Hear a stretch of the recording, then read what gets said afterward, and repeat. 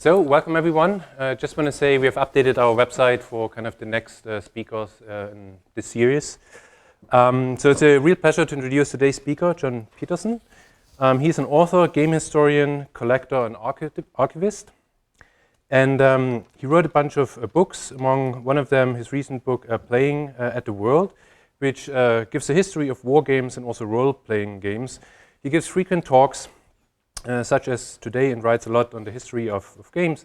And one of the things he's particularly interested in is actually what predates our digital games. So if you think about computer games and simulations, you may know there are board games, card games that have existed way beyond that and before that, and that kind of provide inspiration of what we see today. And so it's a pleasure to hear his talk called The Long Now of Gaming. Welcome. Thanks, and thanks for having me. And I apologize in advance if I seem a bit jet lagged. I just got back from Germany, actually. I was on Friday, I was in Ulm in Germany, in part to visit with this fellow that you see here. This is the Lion Mensch, and it's one of the earliest representations we have that we believe were created by humans that were figural representations, representing really anything recognizable. As you can see, it's an image that looks like it's a lion. It's apparently based on the cave lions that were now extinct, that were common in the part of Germany where this was found. But it seems to be kind of upright, like a person that just happens to have a lion head, a form that we would call theriocephalic in early art, familiar from Egyptian gods and things like that. And it's 40,000 years old. When we talk about things that are old, we can't even imagine who the people were that made this, or why they made it, or what it meant to them. Did they think this was something real in some sense? Did they think they could encounter this out in the forests 40,000 years ago? Was this purely an artistic creation that they thought looked nice? Or was it a god that lived in some kind of other world that they were interested in? We don't really know, but I'm personally fascinated by the earliest ways that humanity tried to imagine or to experience the unreal. And so this is a real linchpin for me, because I study a more recent way that people tried to experience the unreal. The focal point of my research is the game Dungeons and Dragons, which came out in this original form in 1974. It was made by a small company in rural Wisconsin, made up of 3 guys who the company could not hope to even employ, who put out these box sets with 3 booklets inside of them, and instigated a revolution. It created a whole new genre of games.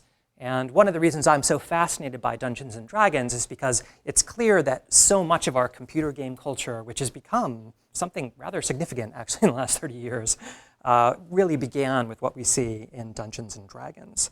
And it incorporates principles of simulation that go back way into history, incorporates mythology that goes back way into history. And the middle booklet down there, the booklet that's called Monsters and Treasure, you can see a little dragon on the cover of it. So when I think about things like the Lion Man, I'm also thinking about things like dragons that go back to Assyrian art, or back really to the earliest stories that we have that are preserved by language. We can find dragons in them. And D&D taps into something related to those we don't quite understand yet. And I'm not going to tell you that I understand. I don't think anybody understands it yet. But I think we're poking around some really interesting historical territory when we look at the ways that people experience and interact with the unreal. But it isn't just things like monsters that show how far back the roots of gaming go. When we talk about old school gaming, people talk about an old school renaissance a lot these days, who play these tabletop games kind of defiantly in the face of the more commercial, popular computer game culture. For me, the real moment that hit me, that got me started down the path to writing the book, Playing at the World, I was at the British Museum in 2005. A game called World of Warcraft had just come out the previous November. Pretty much from when that came out, I stopped doing everything else I was supposed to do in life, and it was just playing World of Warcraft. But some friends of mine dragged me to England to go actually to a rock festival in February. While I was there, I was at the British Museum, and I saw this 1st century AD Roman gaming die covered with Greek letters. For people who follow these things online, there are many pictures of these things that you see periodically surfacing as people talk about how early kind of these implements of chance go back. But for me, it was really a kind of transformational moment. That is actually literally the picture I took, by the way, in 2005 with whatever primitive digital camera I had before I had an iPhone. That I went home and looked up those catalog numbers and tried to learn what I could about the dice that were being shown there, because it brought me to the question of how far back everything goes. And kind of like the Lion Mensch, no one really knows what these dice were for. They're covered with Greek letters. We don't know if they were used for gambling, if they were used for divination. There's this great divide kind of between what we now think of as the D20 that we use to roll a 2-hit in Dungeons and Dragons and these ancient implements. But seeing how far they go lets us ask questions about now and how long the long now is. How long is now? It's a Smiths song, right? How long is now? Since games have become such a big deal in the last 30 years, I guess I've felt that games culture has an overlooked place in intellectual history. It's not just pop culture fads. It's not just business ventures that succeeded or failed. These are fundamental breakthroughs in simulation, in probability, in methods of education, varieties of interactions with literature that I'll be discussing. And for me, the history of gaming is really about this remarkable transition of ideas. We don't always see the linkages. We aren't always able to divine how we got from that first century ID Roman 20-sided die to the dice of today. The process is often rhizomatic, right? In the sense of lots of independent people are inventing ideas and they're all kind of boiling up simultaneously.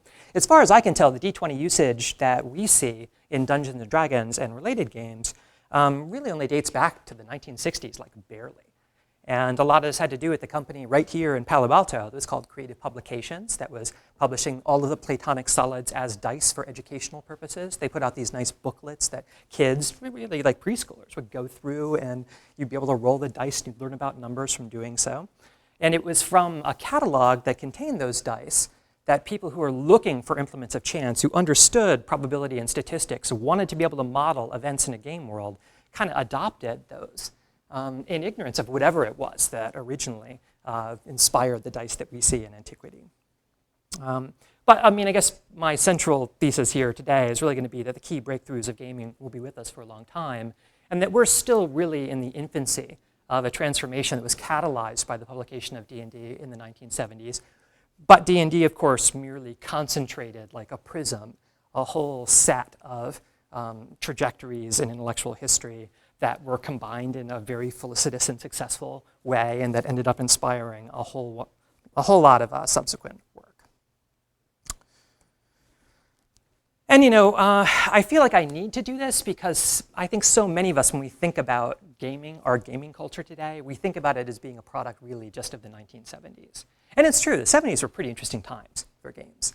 Right here at Stanford, actually, I've shown this slide at a couple places before, but I stuck in that 1971 Galaxy game there at the far left in the bottom. Though, honestly, as far as I can tell, really Computer Space, if you want to get technical, came out because you could play it at like trade shows in October of 1971. Probably the Galaxy game wasn't at the Trestor Student Union here until November of 1971. Let's not split hairs. We're at Stanford. It came first. But really, we've got this huge concentration of revolutionary things that happened in the 70s. We have Computer Space. We have the Odyssey, the Magnavox Odyssey, which brought this to the home television in 1972. Got Pong in 72, following hard upon both the innovations before it. And of course, we've got D&D, which I personally feel had a big role to play in the story that followed. And then personal computing came right on the heels of that. I could have the Altair and other things, but between the Apple and D&D here, but you get the picture. And by 1978, we have recognizable arcade culture. We have things like Space Invaders, which could be seen as a combination of Computer Space and Breakout. That's how I've always looked at Space Invaders. But right already by that point, we were combining these elements and taking them into new directions and new places. So it was a fascinating time, but it's hardly the beginning of like popular gaming. If you really want to go back to when the gaming hobby started, for me, I think probably gaming as entertainment, where you're trying to simulate conflict, do the things that are familiar to us from computer games, probably began in 1913 with the publication of Little Wars. When I talked about how these games all intersect a lot with history, interestingly, there's a fellow named H.G. Wells, famous for a number of science fiction books that he published in the 1890s and early 20th century. He was the real protagonist behind Little Wars.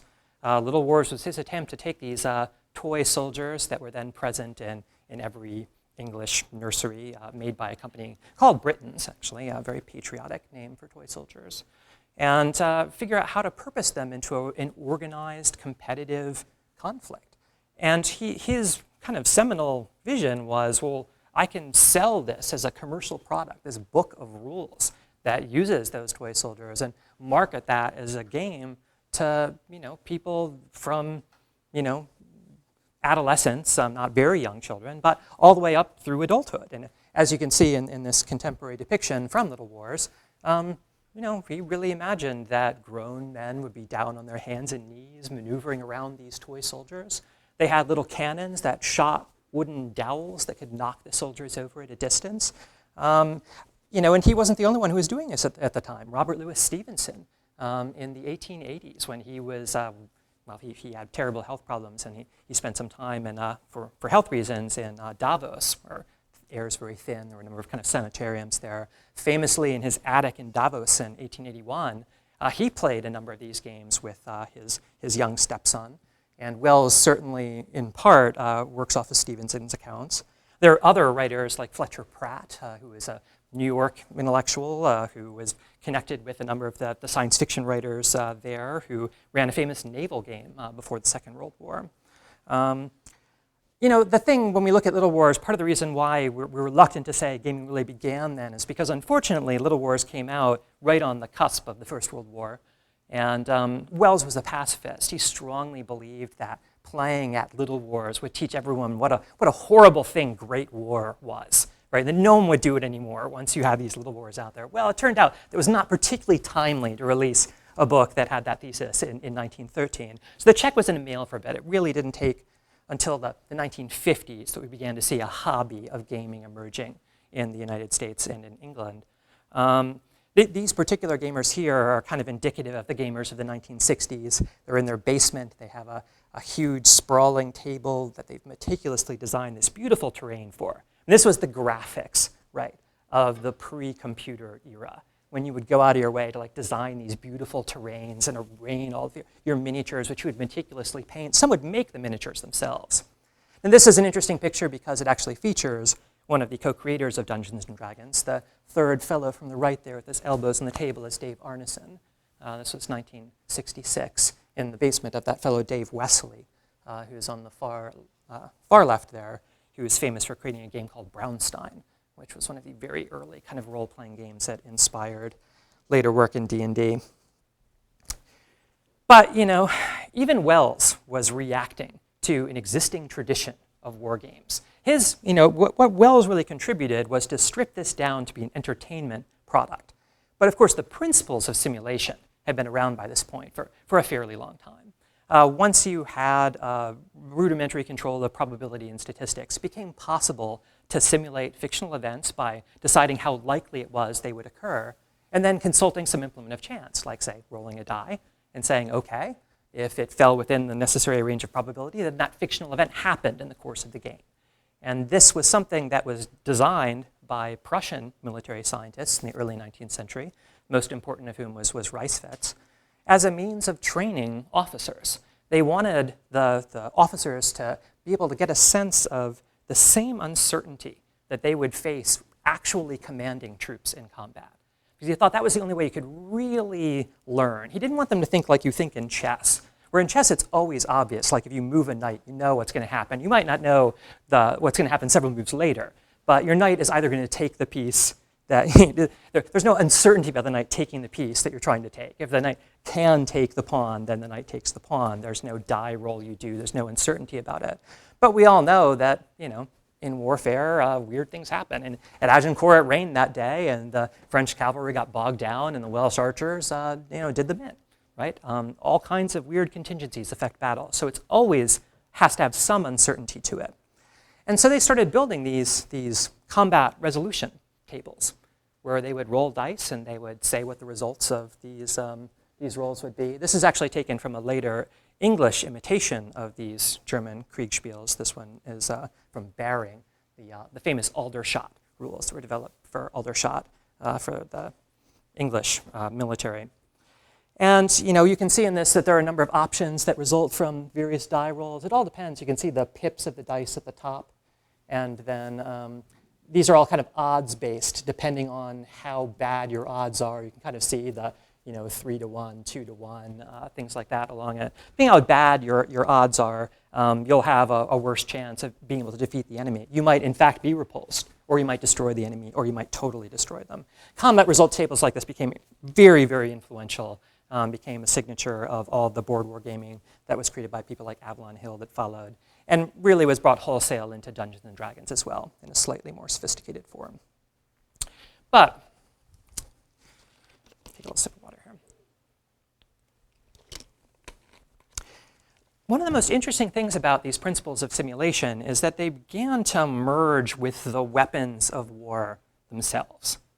This wasn't really true in Reichwitz's time, right? In 1824, kind of in the Napoleonic War era, you had cannons, you had guns. Basically, you had your troops show up at a battlefield, and they could see each other, and they could shoot each other. It was pretty much line of sight shooting. Well, let's wind the clock forward a little bit.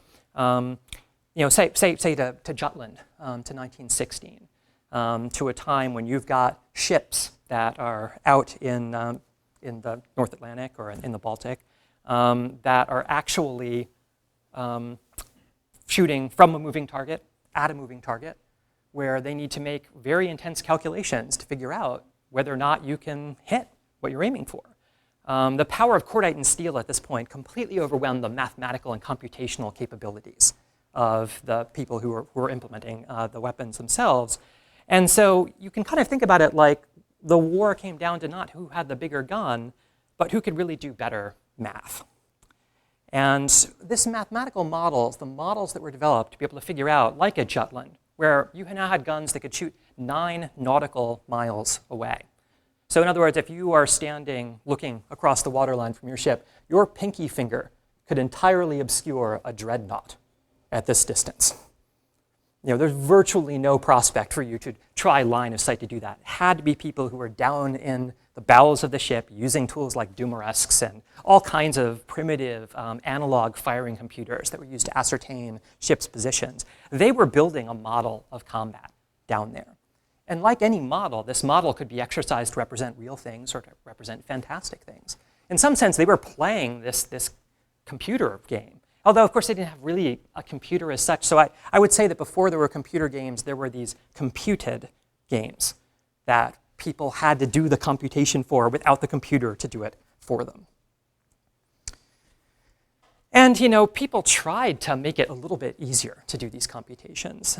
This is from Livermore's American Art of War in 1881. And this represents state-of-the-art computing in 1881.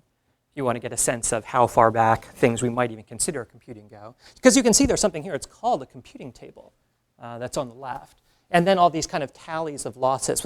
These tallies of losses are where state was kept in this game. And the computing table is where you would ascertain the results of firing a shot. It's actually a table of logarithms. And the way this table of logarithms works, through various contingencies and modifications, you'll get instructions, okay, if the person you're trying to shoot, is under cover, well, that means that, you need to move 3 steps back on this table from where you started. But if it then turns out that your riflemen are more experienced than your target, well, then you get to move 6 steps forward. And at the end of the day, you end up with the result from that of how many casualties will be realized. But doing the actual math to perform that yourself became so prohibitively complicated, they needed to give you this computer. It has its rulers on the side that you would use to measure the distances. This is kind of your one-stop shop to be able to adjudicate an extremely complex war game based on all these principles of computation in the late 19th century. And I'm absolutely fascinated by things like this, by the early computing aids and the way that we tried to get a deeper level of simulation, a deeper model that let us represent these worlds of conflict in games before we had access to the fancy tools that we had as of the 1970s. And I kind of break this down mentally into 2 cultures of games that began to emerge in the 19th century. Kind of these kinetic games and these computed games. You can see these gentlemen here on the right meditating over this game, having this deep cerebral experience of Victorian gaming on their table with its topographic and topological differences and surely Dyson tables that were governing everything that happened. And then what we see on the left there is a bagatelle table, precursor to pinball.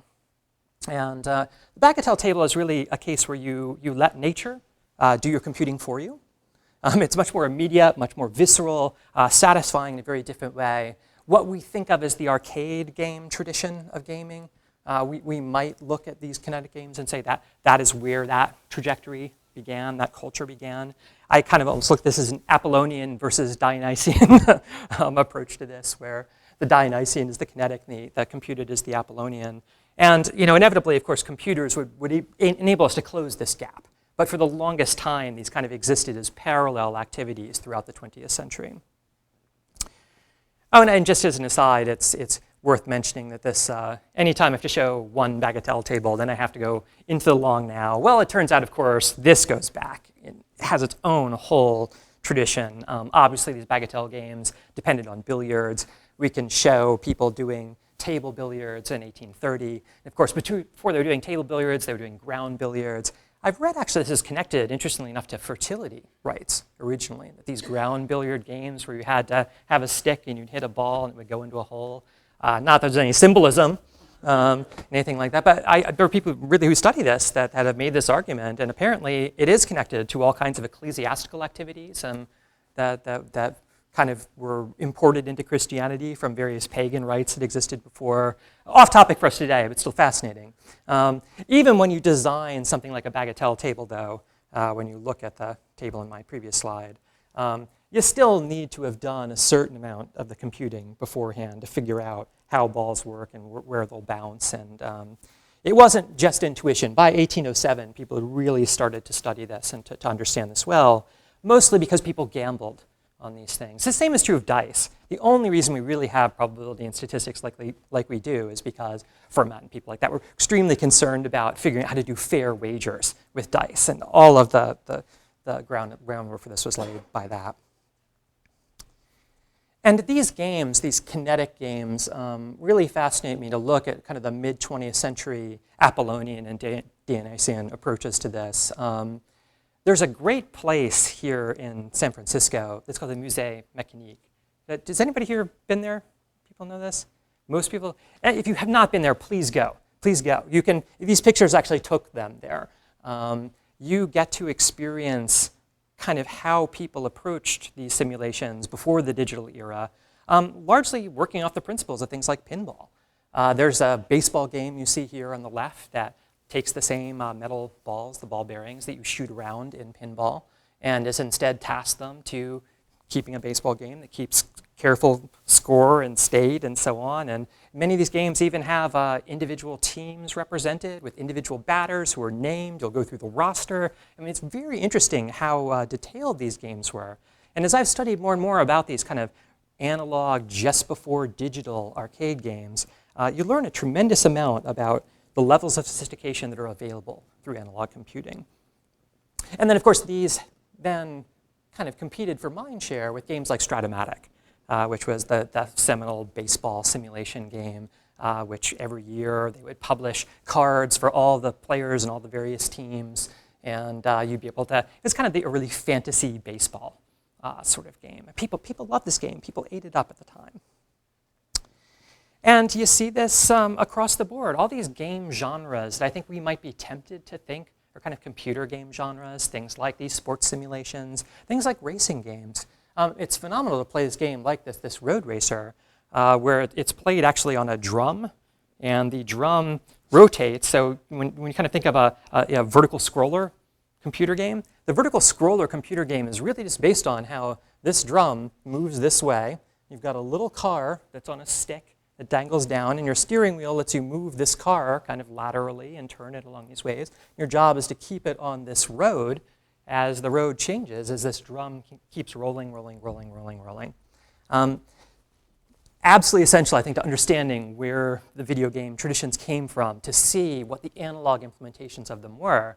but equally important to look at games like Le Mans, which is an early Avalon Hill game that has a racing simulation itself, because it's the computations that were behind this that would ultimately be executed by the computers to create something that gives you this visceral feeling. So when I talk about how the computers and the analog trends would eventually merge in the 70s, that's where we're going with that. All right, so this is the interactive portion of our discussion. There's a quiz time. So in 1962, there was a really novel game. And at the time, it was only known to a small and dedicated group of hobbyists. It was played with 2 ships. Each ship was controlled by a player. They maneuver around in a flat, two-dimensional space. As a controller of one ship, you can try to torpedo the other ship. You have a limited number of torpedoes, but if you manage to hit with the torpedo, you win. So 1962. Who knows what this game is? So Battleship had been around for a long time by 1962. And in Battleship, you have several ships, and you aren't really maneuvering them around, actually. You decide where they are when you start out, and you kind of have to guess. I find Battleship a fascinating game, too. I wouldn't say that you really have the same kind of torpedoes, and I wouldn't say that it was only known to a dedicated group of hobbyists. This was a Milton Bradley game in 1959 that sold millions and millions of copies. I'm talking about something that was experienced by just a few thousand hobbyists then. You know, ordinarily, everyone says, oh, obviously he's talking about Space War, which of course I'm not. I'm talking about a game called U-Boat. Okay, my joke didn't work here. It is kind of a joke answer. So Space War obviously is a tremendously important computer game I'm going to talk about in a moment. But the point I wanted to make about games like Space War is that this game, U-Boat, which came out in 1959, that was reissued in 1962, has all the properties that we associate with a ship-to-ship combat game where you shoot torpedoes and your job is to have one ship sink the other. But what I want to say is, of course, when we look at these computer games, it is crucial to understand what kinds of analog games were out at the time that cut so close to the principles that they pioneered. So yeah, Space War obviously came out of MIT in 1962. It was playable, very highly computed. You know, you could say it beats Wells at his game. You know, in H.G. Wells's Little Wars, you would shoot your little analog cannon, right? Your little analog cannon would knock over the enemy troops. Here was a case where, again, it's your aim, your accuracy with the ship that you control in this space duel determines whether or not you're going to win. I think there's a number of different fandoms, and I'm going to talk about fandoms here in a bit, that intersected to help create this game of Space War. And I'd like to say that there was also a Space War board game at MIT in the 1960s, which is something I'm currently doing research on that I'll be writing about soon, that I think is tremendously exciting, so to show even more so how Space War and this board war game culture were interacting at the time.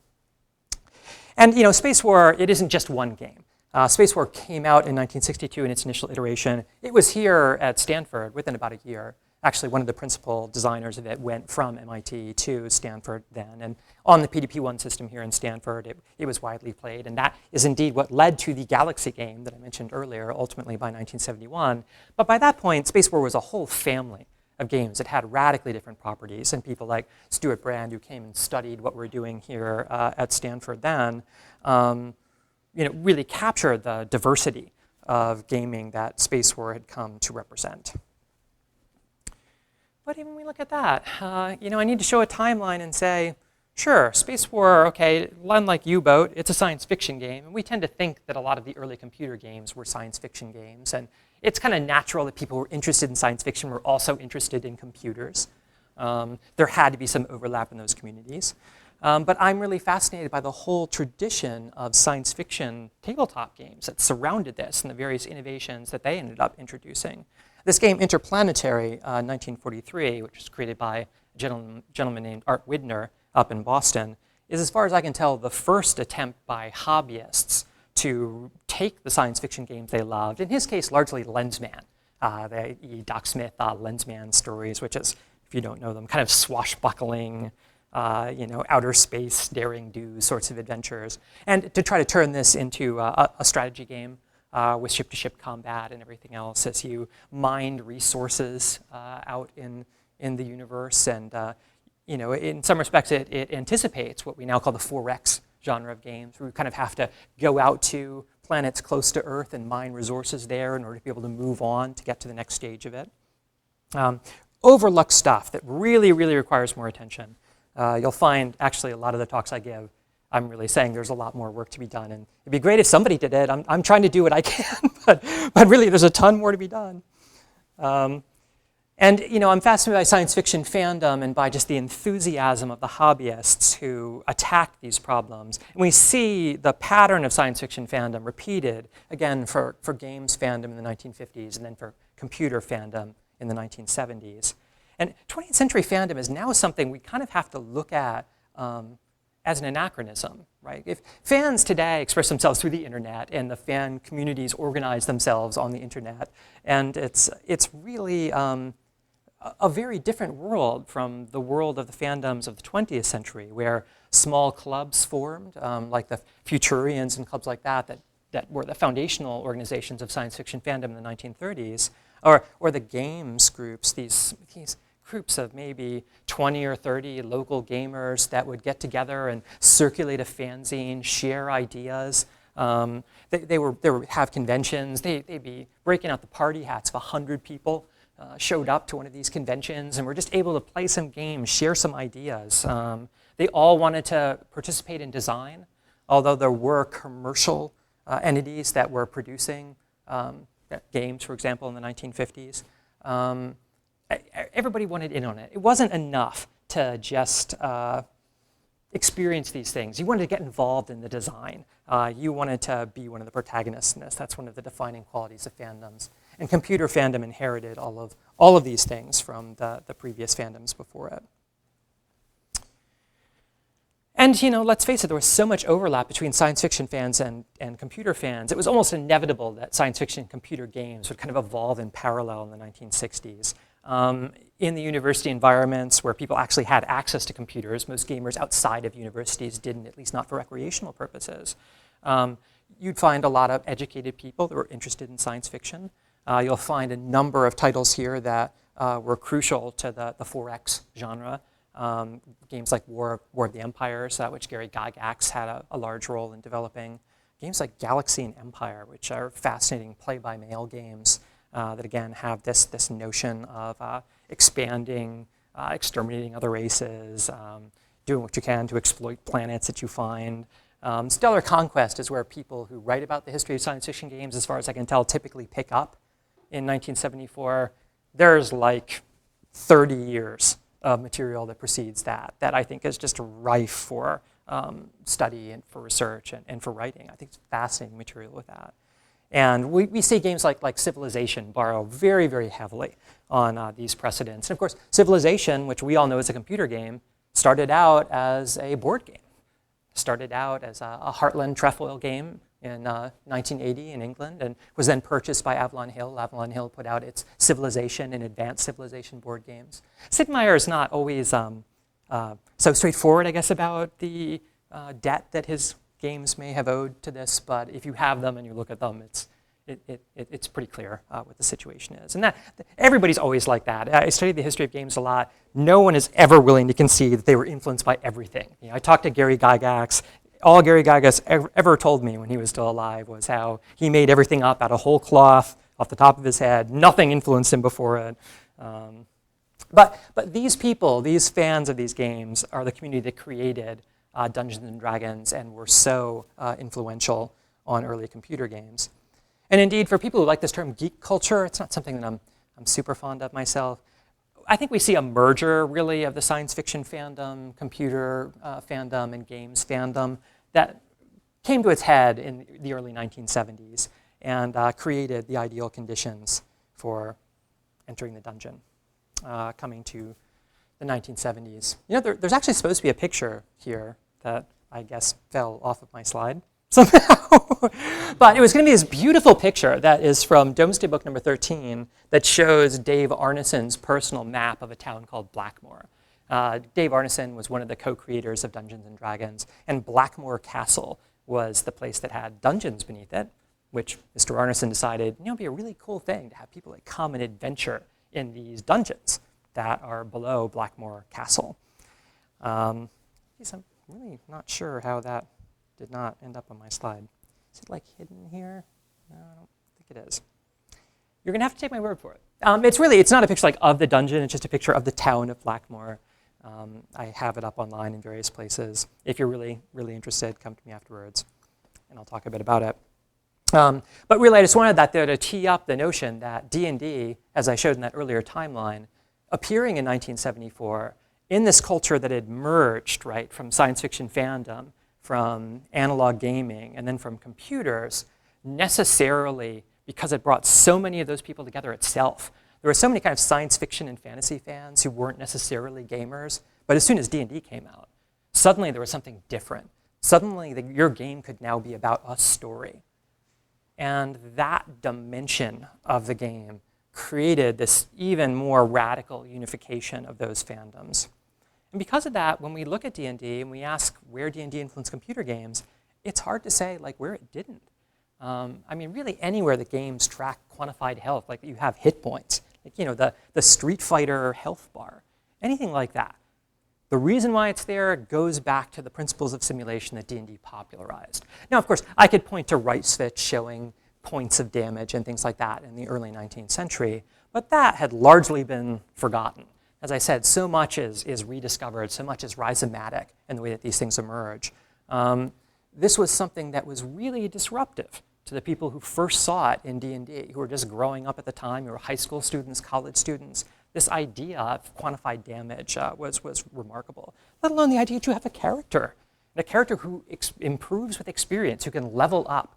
How much of our culture today, when we say the word gamification, which we now say all the time, really it's talking about this idea of garnering experience and leveling up and the incentives that creates. They tapped into something that was so radical with that. And it's what all the early reviewers, when you look at things from 1974 and 1975, it's the one thing that people single out and say, this is what made D&D what it is. This is what I have a continuous character. I play in one session, but I'm coming back next time, and I'm going to kind of pick up where I left off with the same treasure, with the same experience, with the same new powers, and this is going to continue potentially forever. There's no win condition. There's just this eternal struggle. People just never seen a story, an open-ended story like that you could play through a game. Anywhere that you explore a world, anywhere there's a secret world, whether it's something narrow like in a dungeon, or something as broad as the world of Warcraft, where you discover new areas and new areas of the map are revealed as you do, owes back to this. And yeah, most significantly, anywhere that the game tells a story. The earliest people who played D&D loved to write up their game reports. Now we all know, if anybody here plays D&D, or worse yet, knows people who play D&D, the one thing you don't want to do is hear about other people's characters, because everyone really wants to tell you about their character and how awesome their character's adventure was, and that time that they fought that demi-lich, and you'd never believe it because it came down to this one. It's but people use this actually to write up quite interesting stories. And you see this in the fanzines, which were again the internet of the day, the blog posts of the day. You see how people describe their experiences and how radical it was to think about these things like a game is a story. And it wasn't long, it was just inevitable that people would take D&D to computers because the people who were in these fandoms overlapped with computer fandom. So the Plato system is what we usually point out as the progenitor of this. Plato obviously is based out of UIUC. It was a consortium of universities and military installations that were on a primitive early network, a real-time network. And this all went back to UIUC, to Illinois, where they had a supercomputer. By the time Plato 4, which is what this represents, was out, that was like a CDC 6400, I think, that actually managed all the terminals that interacted with it. But they had advanced multiplayer games for this in 1973. If you read Ted Nelson and people like that, you'll read his experiences going and playing on these systems, and you'll see everything we recognize from computer culture already being realized then. People that have aliases that they're known by in these games on their leaderboard. People that are out there, ganking, right? Very experienced players who were dominating newbies who try to get onto the system, and the trash talk associated with everything is already instantiated in a system like Play-Doh. And we think that the earliest graphical games that represented mazes where you went around and fought things seem to have been on Play-Doh. There's very few other real candidates, frankly, in 1975, which is when we have the earliest reports of these, where you could have a system like that. Your Altair could not do that in your home at that time. And this screenshots actually from the era are extremely rare from this. This is a screenshot from a game called Wizard from 1976, which is a little hard to come by. Where it gets even more fascinating, though, is in the story engines themselves. It's a professor, actually, a Stanford professor, Eric S. Roberts, computer science guy. He was at Harvard in the 70s, and he ran a campaign that was called the Mirkwood Tales, based on his homebrew version of D&D. And it had a few players in it, guys like Willie Crowther, Dave Lebling, who would go on to be principal architects of early computer games like Adventure and Zork.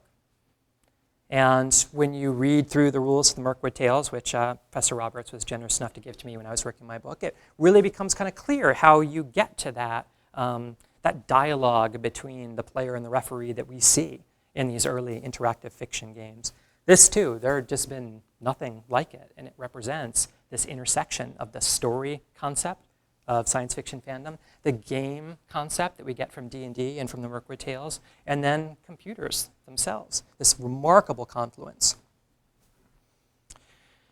And the shadow of D&D was quite long, though it's important to note these games we're talking about were before D&D got famous. The D&D fad really began in 1979 when this poor kid, James Dallas Egbert, disappeared from his university. And it was rumored that he was in these steam tunnels. Is this a familiar incident to all of you? People thought that he had gone crazy playing D&D, and he thought it was real, and he'd gone into the steam tunnels and in Michigan State University in East Lansing, gotten lost there, was probably dead. There's this private detective who came in to crack the case, who learned that Egbert had played D&D, and he developed this hypothesis. Obviously, D&D is a game that makes you go crazy. It's some kind of cult game. And this caused massive national publicity because this kid was missing for some weeks. And you see the New York Times, the San Francisco Chronicle, all reporting on this bizarre intellectual game, this cult game that college students were playing that was degrading their morals. And we might recognize Jack Thompson and the long shadow that has followed from that incident up to the present time. Of course, by the way, it turned out that the kid disappeared for completely unrelated reasons and had run away to Louisiana and eventually turned himself in. It had nothing to do with D&D. But that made it so popular that its domination of the three fandoms really completely transformed then. Between 1979 and 1983, it just had an unprecedented boom of success. And it was around that time that the first serious people started looking at games that were related to D&D. Lord British made many, many versions in BASIC on his Apple II of a game that eventually became Akalabeth. And Akalabeth, of course, was the precursor to Ultima 1. And Ultima 1 inspired many, many other titles, certainly informed things like Wizardry. And by the time we got to Ultima 3, pretty much all JRPGs split off from Ultima 3, Dragon Warrior and Final Fantasy and so on. So really, the fruits of hobbyism, these people are just trying to figure out how to get that experience going, ended up being the early PC game industry. And if you go through the list of who the early companies were, look at things like Automated Simulations, who later became Epics. The founders met playing D&D here in Palo Alto. They made some war games like Invasion Orion, but quickly they got into the broader D&D simulation market. People like Avalon Hill, we talked about them and some of their board games, they got into this through microcomputer games. And people in Dave Arneson's circle formed this company called 4D Insys that ended up being a kind of a designer that was picked up by many publishers. Their games became very popular in the early industry. We could talk about Infocom. Dave Lebling was one of the founders of that, picking up Zork and so on. And there was just a tremendous mobility between the designers of these war games and role-playing games in the 1970s and computer development. Coleco was famous for poaching like half of the early protagonists behind D&D and the fanzines. People like Lauren Schick, people like Janelle Jacques all went there pretty early on. And to wrap up, since I know we're getting there, like I said, this is all, like I said at the beginning, this is all baby steps, okay? This is all small change. It's a pretty small step from a Calabeth and the story games that we see to get to WoW, to get to Skyrim, to get to Fallout 4, which I spent most of my vacation, winter vacation playing. There's a huge RPG industry. Fallout 4 is making $750 million the first day it comes out. I just had an experience of kind of what the next generation of this looks like in Utah a few weeks ago. I was at Sundance. There's like all of these VR things that are at Sundance. But I got dragged down to Linton, Utah to see this mixed reality VR game that's called Into the Void. And the Void, I guess, stands for the vision of infinite dimensions. When I say mixed reality, this is something where you wear your Oculus Rift with your Leap Motion controller, and you move through a physical space. Every wall that you see in your Oculus Rift is a real wall that you can touch. And they've made a little maze. It's almost like a little dungeon. Kind of looks a lot like, you know, that dungeon, right? And what they do is they just build in different visuals and confuse you and turn you around in ways that you never really know what the physical map is like. You'll come to places where there's an elevator where you stand, where it'll rumble under your feet and lift you up, and now you're in a different level of this, and you go back through the maze in completely different ways. I did a Mayan temple version of this. We were trying to find some secret in the Mayan temple. Again, I think even this, though, we're starting to figure out ways to experience the unreal more vividly than ever, right? And this, too, must just be baby steps. I think that the principles of simulation, the principles of story, the principles of getting real gamification around this kind of experience are going to make things available to us that we are not currently in a position to anticipate. And I think it's tremendously exciting. And the reason why I study history the way I do is because I think it's going to turn out to have been really important what these innovations were. What Rice-Fitz came up with in the early 19th century, or what was catalyzed by Dungeons and Dragons in the 1970s, because this is taking us into a cultural realm that I think is going to be very transformative for humanity. And it deserves all the scrutiny that we can give it. And that's my talk.